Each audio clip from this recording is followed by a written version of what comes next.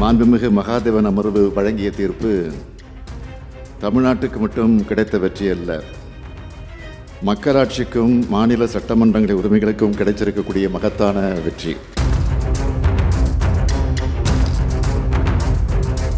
மாநில அரசுகளின் உரிமைகளை எக்காலத்திலும் பாதுகாத்திடும் வரலாற்று சாசனமாக இந்த தீர்ப்பு என்றென்றும் நிலைத்திருக்கும். இந்த அரசியல் உரிமையை சட்டபூர்வமான வாதங்களின் மூலமாக தமிழ்நாடு அரசு முன்வச்சு வாதாடுச்சு. அந்த அறிவார்ந்த வாதங்களுக்கு சொந்தக்காரர்களான வழக்கறிஞர்கள் தான் இன்னைக்கு நம்ம கூட இருக்காங்க. இந்த விழாவை பாராட்டு விழான்னு சொல்கிறத விட வெற்றி விழான்னு சொல்கிறது தான் பொருத்தமாக இருக்கும். இந்திய அரசியல் சட்ட வரலாற்றில் எந்த மாநிலமும் எப்போதும் பெற்றிடாத இந்த மாபெரும் வெற்றிக்கு வித்திட்ட வழக்கறிஞர்களை பாராட்டி எல்லையில்லாத மகிழ்ச்சியோடு நாம் எல்லாம் கூடியிருக்கிறோம்.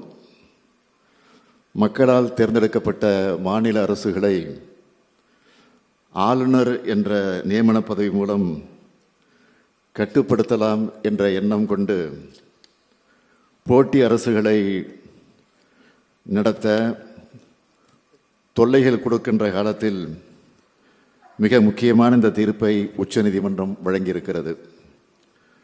உச்சநீதிமன்ற நீதிபதிகள் மாண்புமிகு பார்த்திவாலா, மாண்புமிகு மகாதேவன் அமர்வு வழங்கிய தீர்ப்பு தமிழ்நாட்டுக்கு மட்டும் கிடைத்த வெற்றி அல்ல, மக்களாட்சிக்கும் மாநில சட்டமன்றங்களின் உரிமைகளுக்கும் கிடைச்சிருக்கக்கூடிய மகத்தான வெற்றி. ஆளுநருக்கும் குடியரசுத் தலைவருக்கும் காலக்கெடு நிர்ணயித்தது மிகப்பெரிய வெற்றி.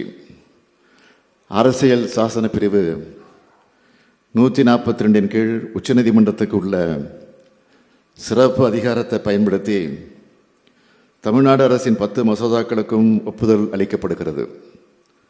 இந்த மசோதாக்கள் அனைத்தும் உடனே சட்டமாகி நடைமுறைக்கு வருகிறதுன்னு மாண்புமிகு நீதியரசர்கள் தீர்ப்பளித்தப்போ ஒட்டுமொத்த இந்திய மாநிலங்களும் தலை நிமிர்ந்து உச்சநீதிமன்றத்திற்கு வணக்கம் செலுத்துச்சு.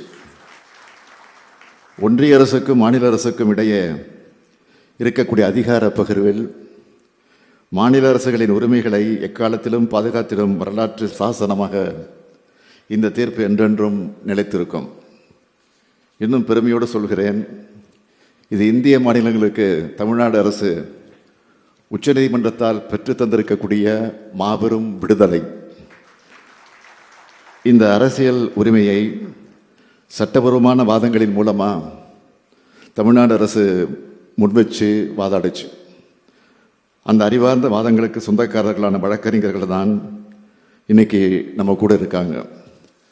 இவங்க ஒவ்வொருத்தரையும் தனித்தனியாக தமிழ்நாடு அரசின் சார்பில் பாராட்ட நான் கடமைப்பட்டிருக்கிறேன். உச்சநீதிமன்றத்தின் மூத்த வழக்கறிஞர் முன்னாள் அட்டர்னி ஜெனரல் முகுல் ரோத்தகி அவர்களால் இந்த விழாவிற்கு வர இயலவில்லை.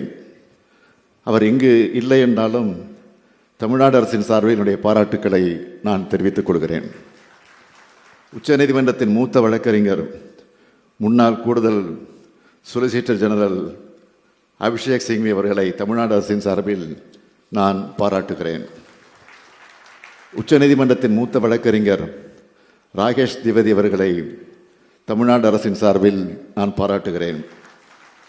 உச்சநீதிமன்றத்தின் மூத்த வழக்கறிஞரும் மாநிலங்களவை உறுப்பினருமான வில்சன் அவர்களை தமிழ்நாடு அரசின் சார்பில் நான் பாராட்டுகிறேன்.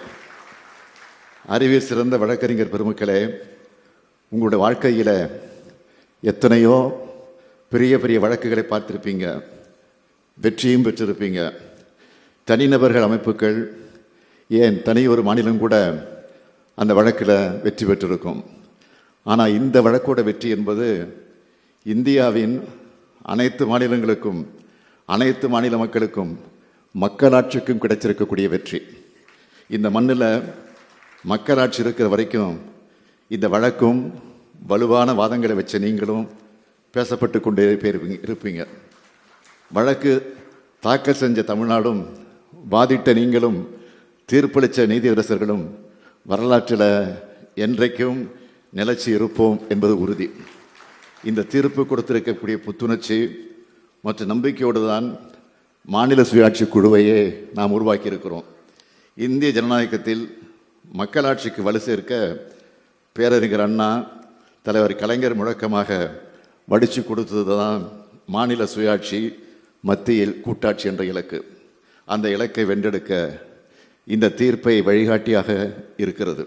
மாநில சுயாட்சி பெறுவோம், கூட்டாட்சி இந்தியாவை உருவாக்குவோம். நன்றி, வணக்கம். செய்திகளை உடனுக்குடனும் துல்லியமாகவும் தெரிந்து கொள்ள சப்ஸ்கிரைப் பண்ணுங்க.